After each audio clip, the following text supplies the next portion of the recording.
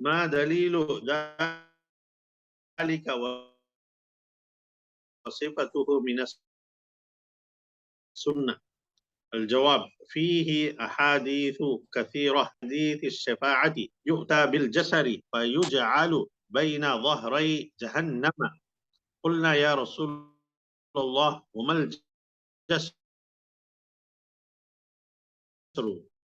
حسكة مفلطحة شوكة عقيفاء تكون بنجد يقال لها السعدان. يمر المؤمن عليها كالبرق وكالريح فناج مسلم وناج مخدوش ومكدوس في نار جهنم حتى يمر آخرهم يسحب سحبا. الحديث في الصحيح. بلغني أن الجسر أدق من الشعرة وأحد من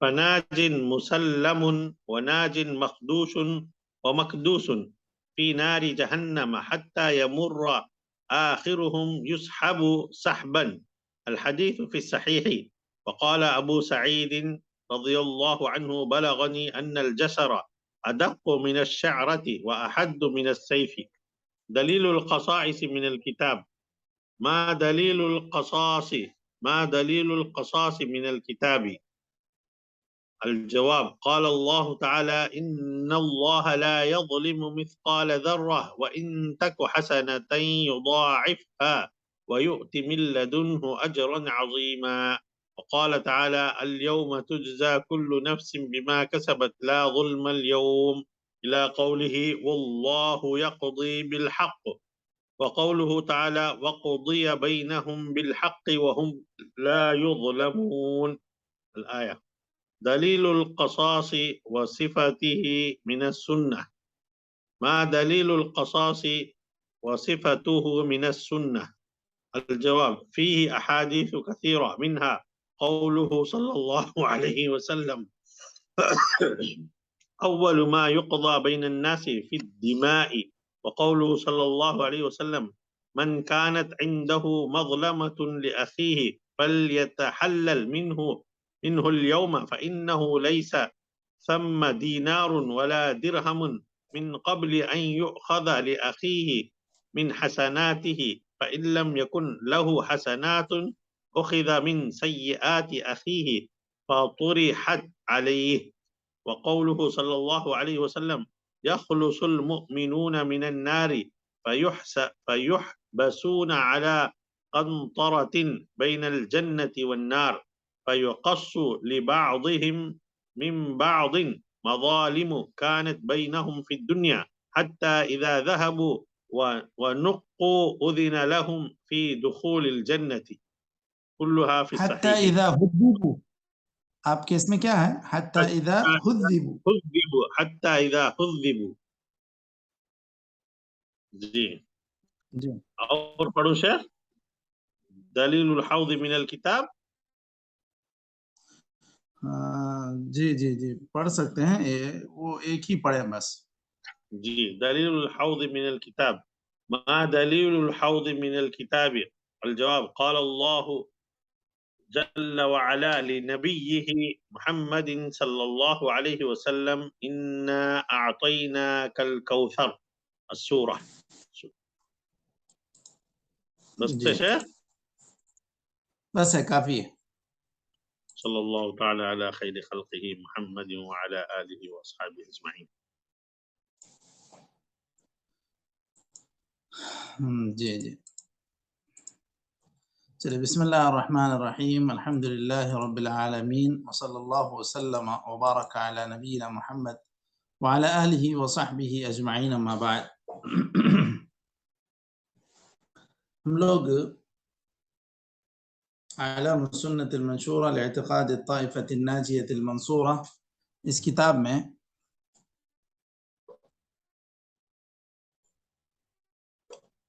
سوال نمبر 123 پڑھ رہے ہیں، اور سوال نمبر 123 اور ہمارا حلقہ نمبر ہے 42. سوال ہے ما دلیل الصراط من الکتاب.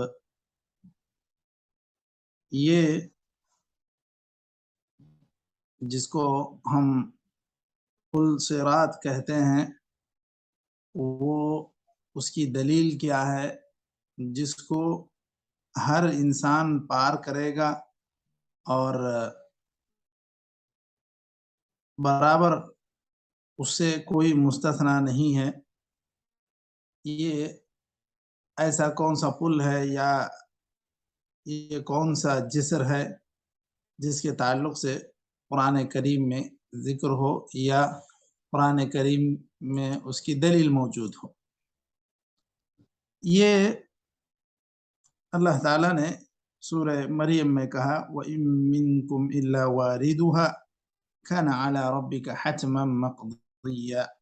برابر جہنم پر آنا پڑے گا ہر انسان کو، یا یوں کہیں کہ جو صراط ہے اس کو پار کرنا پڑے گا ہر انسان کو، اور اس کے اندر جو لوگ ظالم ہیں وہ گریں گے اور گھٹنوں کے بل چلیں گے، اور یہاں پر جو منافقین ہیں وہ اس راہ میں بے نور ہو جائیں گے اور مومنوں سے روشنی طلب کریں گے، جس کا تذکرہ سورہ حدید میں ہے. یوم تری المؤمنین والمؤمنات یسعی نورہم بین ایدیہم.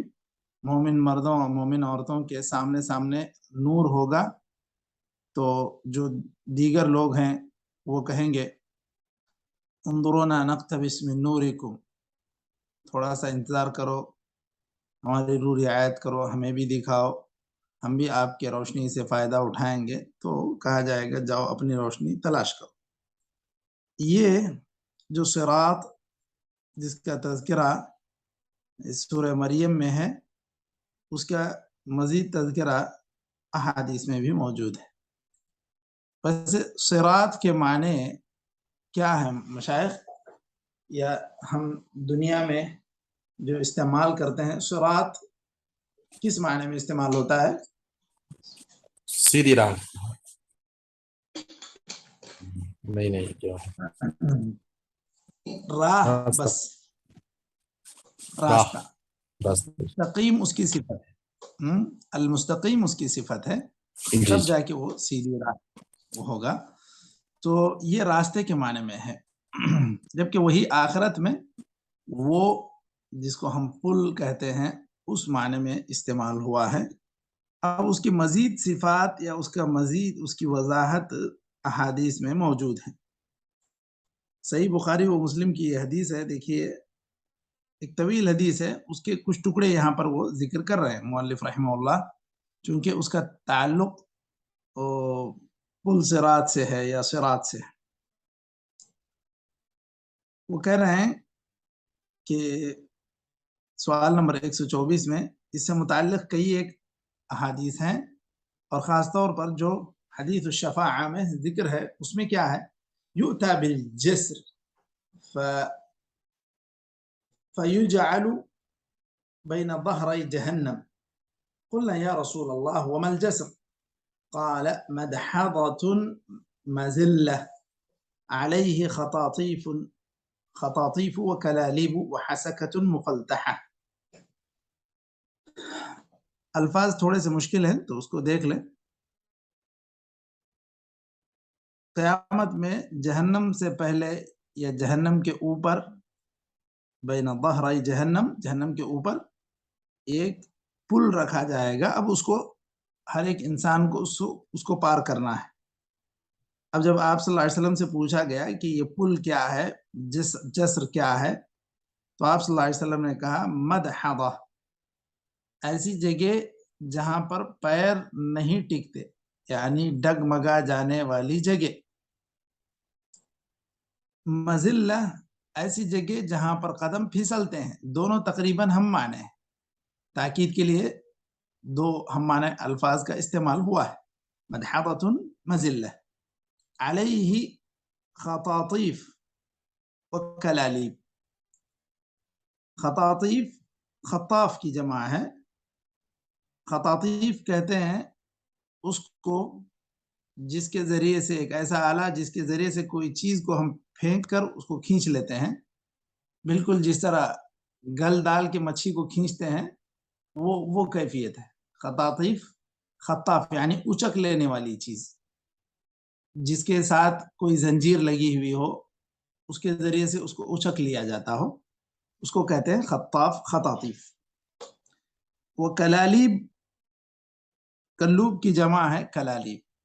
اسے کہہ سکتے ہیں آپ، ہمارے یہاں جو چیز گرمی سے، گرم چیز کو پکڑنے سے بچنے کے لیے کوئی بھی چیز استعمال کی جاتی ہے، جیسے چومٹا ایسے کہتے ہیں، یا اس کو آپ ایسے کہہ سکتے ہیں کونڈے، جس طرح جس کے سر یا جس کا سرا مڑا ہوا، جس کے ذریعے سے پکڑا جا سکے. اب کلوب کی جمع ہے کلالیب، اور یہ ایسی چیزیں جس کے سرے مڑے ہوئے ہوں. دیکھیے اس کی مزید تفصیل آ رہی ہے. حسکہ وحسکۃ مفلتحہ. حسکہ کیا چیز ہے؟ شوکۃ صلبہ، ایک سخت کانٹا یا ایسی سخت چیز جس کے ذریعے سے کھینچا جا سکے کسی بھی چیز کو. مفلتحہ اس کو کہتے ہیں عریضہ، چوڑا. ایک کانٹا جیسے گل ہم ڈال کے کھینچتے ہیں، وہ کیفیت ہے.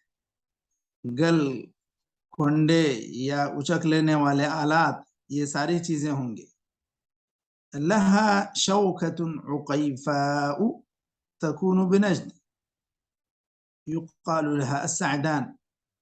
یہ جہنم کے پاس، یہ جہنم کے اوپر یا جسر کے اوپر ایسے کانٹے دار درخت بھی ہوں گے، کانٹے دار جو نجد میں پائے بھی جاتے ہیں، جنہیں سعدان کہا جاتا ہے. شوکۃ کانٹا، عقیفہ معکوفۃ الرأس جس کا سرا مڑا ہوا ہو.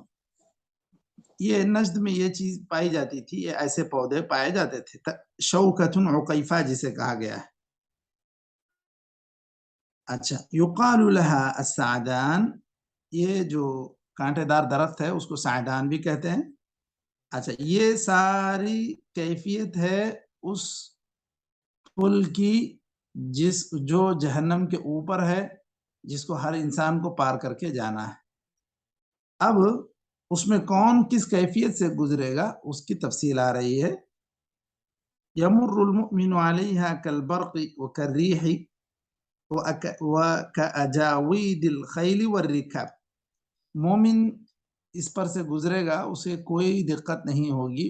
اس کی کیفیت کیسے؟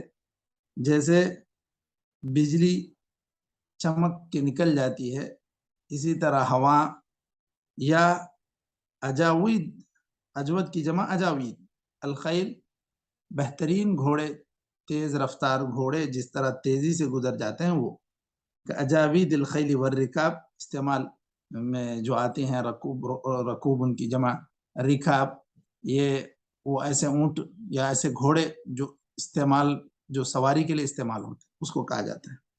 تو یہ مومن کی کیفیت ایسی ہوگی کہ اس پل سے وہ اتنی ہی آسانی سے گزر جائے گا جس طرح ایک تیز رفتار گھوڑا، ہوا، بجلی نکل جاتی. یہ اس کے بعد دیکھیے فناجن، کیا پڑھیں گے مشائخ اس کو؟ فناجن، جی مشائخ. مسلم جیسے جی صحیح ہے، فناجن مسلم، کیونکہ اگر اس کو مسلم پڑھیں گے تو وہ غلط ہو جائے گا. مسلم یعنی وہ انسان جو بچ جائے پوری طرح صحیح سالم، اس کو کہتے ہیں مسلم. فناجن مسلم.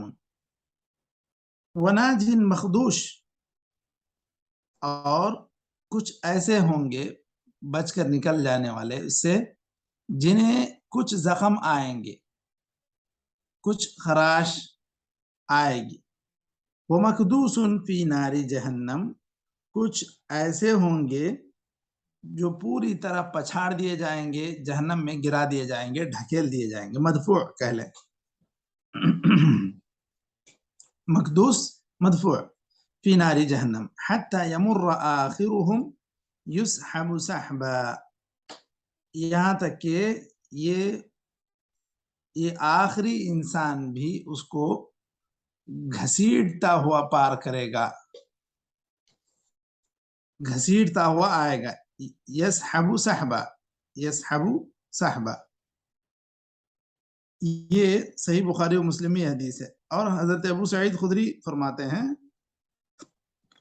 بلغنی ان الجسر ادق من الشعرة واحد من السیف، یہ بہت ہی باریک تیز ہوگا یہ جسر. یہ بات حضرت ابو موسیٰ اشعری یا حضرت ابو سعید خدری کہہ رہے ہیں. اب یہ ساری چیز صراط یا جس کو ہم پل صراط کہتے ہیں اس کی تفصیل یہ احادیث میں آئی. یہاں پر مومن بچیں گے، جو آدمی جس قدر غلطیوں کا مرتکب ہوا ہوگا اسی قدر اس کو خراش بھی آئے گی، اور کافر منافق یہ گویا کہ پوری طرح جہنم میں ڈھکیل دیے جائیں گے.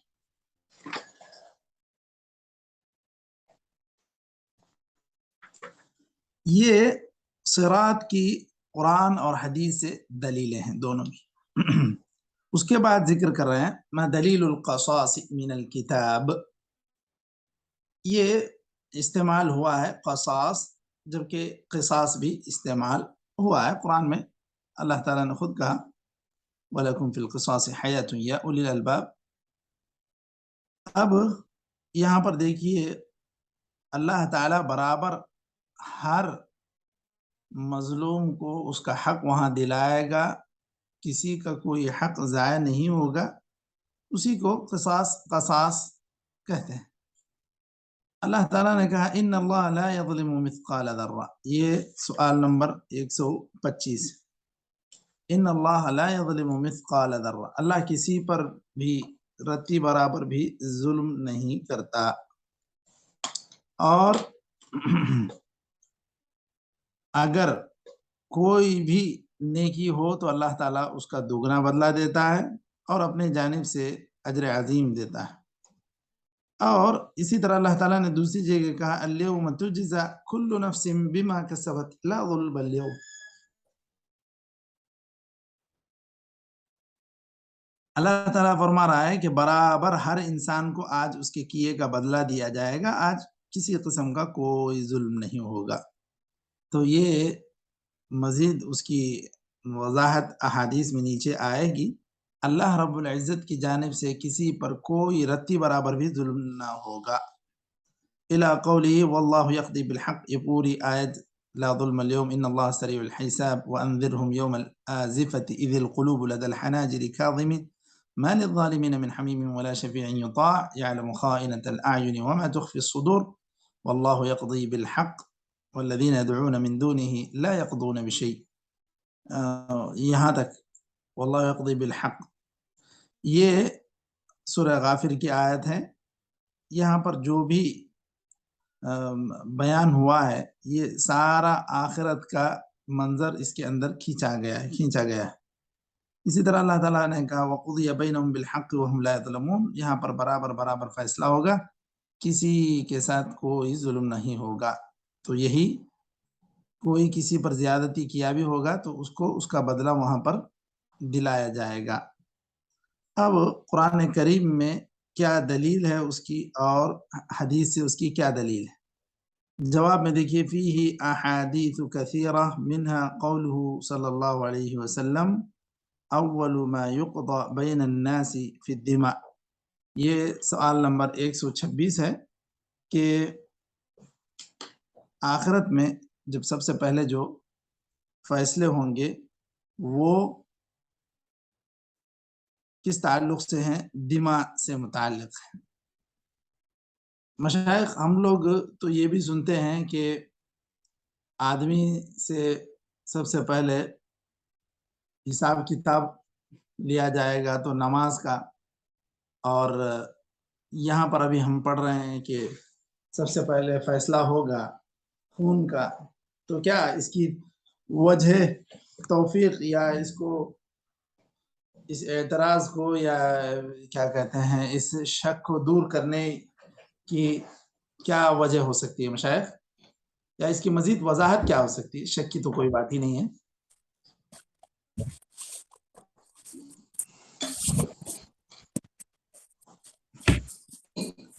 جی مشائخ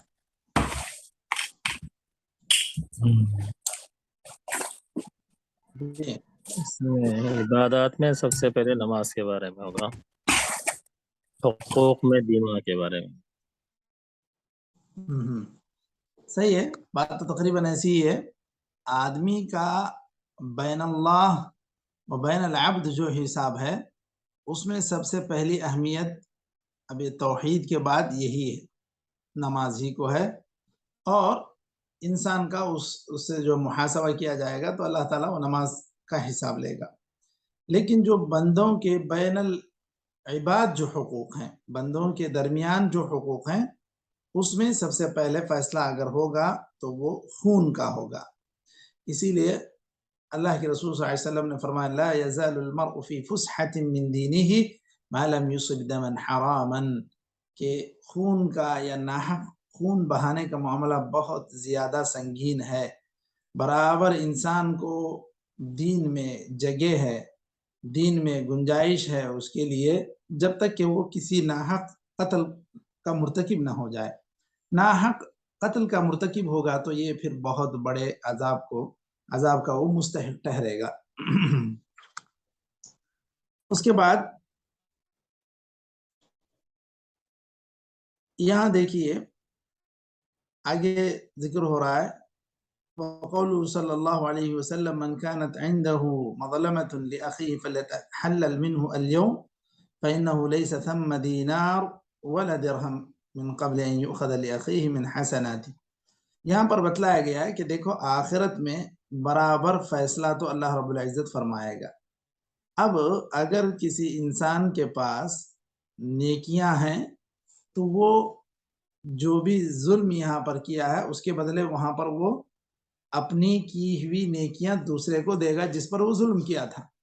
تو برابر جو لوگ بھی اس طرح ظلم بھی کر رہے ہیں اور نیک کام بھی کر رہے ہیں تو اصل میں یہ نیکیاں وہ کما تو رہے ہیں، لیکن یہ نیکیاں کسی اور کے لیے وہ کما رہے ہیں، کیونکہ انہوں نے ظلم کو روا رکھا ہے، ظلم کے وہ مرتکب ہیں۔ تو اس طرح برابر جو لوگ کسی کا ناحق کسی کا حق کھاتے ہیں اور ساتھ ہی ساتھ برابر نماز بھی پڑھتے ہیں، تو باقاعدہ یہ نیکیاں جو بھی وہ کر رہے ہیں وہ ساری کی ساری دی جائیں گی ان لوگوں کو جو اس کے ظلم کا شکار ہوئے، کیونکہ اللہ رب العزت کے پاس برابر انصاف دلایا جائے گا۔ حتیٰ کہ جو بعض احادیث میں یہ بھی موجود ہے کہ جانوروں کے درمیان بھی جو ظلم ہوا ہے اللہ تعالیٰ اس کو بھی پورا وہاں حق دلوائے گا، جیسا کہ بغیر سینگ کی بکری کو اگر کسی سینگ والی بکری نے مارا تھا تو اس کو بھی اللہ رب العزت وہاں اس کا بدلہ دلائے گا۔ تو یہ باقاعدہ جب تک پورا حق نہیں دلایا جائے گا بندوں کو، وہاں اس وقت تک کوئی کاروائی گویا کہ آگے نہیں بڑھے گی، نہ وہ جنت میں جا سکے گا نہ جہنم میں جا سکے گا۔ یہ پورا اس کو بدلہ ہر مومن کو دلایا جائے گا، ہر جانور کو بھی دلایا جائے گا۔ یہاں دیکھیے من كانت عنده مظلمة لأخيه فليتحلل منه اليوم، کسی بھی انسان کے اوپر کسی کا ظلم ہے تو آج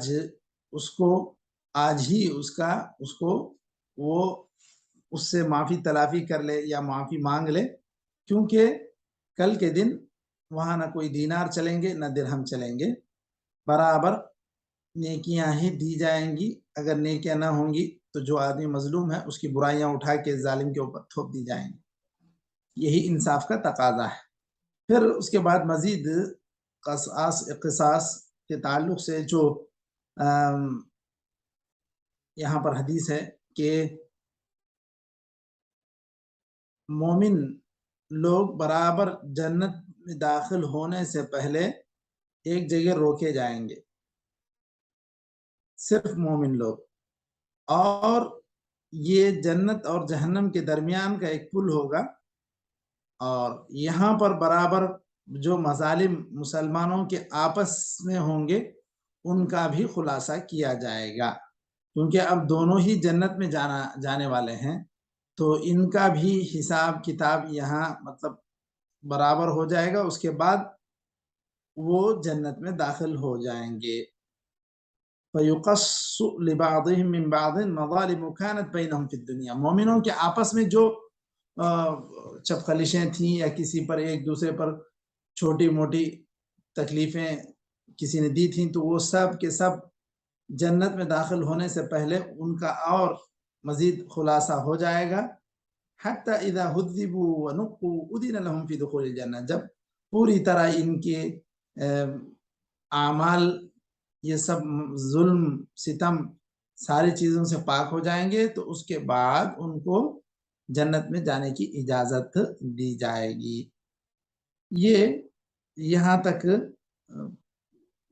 ایک تو قصاص، یہ جو بھی بدلہ دلانے کی بات ہے وہ، اور صراط جس کو ہم پل صراط کہتے ہیں وہ، اس سے متعلق قرآن اور احادیث کی ہم نے دلیلیں پڑھی ہیں۔ تو یہاں تک آج ہم لوگ رک جاتے ہیں۔ نکتفی بہذا القدر وصلی اللہ وسلم علی نبینا محمد وعلی آلہ وصحبہ اجمعین۔ السلام علیکم ورحمۃ اللہ وبرکاتہ۔ وعلیکم السلام ورحمۃ اللہ وبرکاتہ۔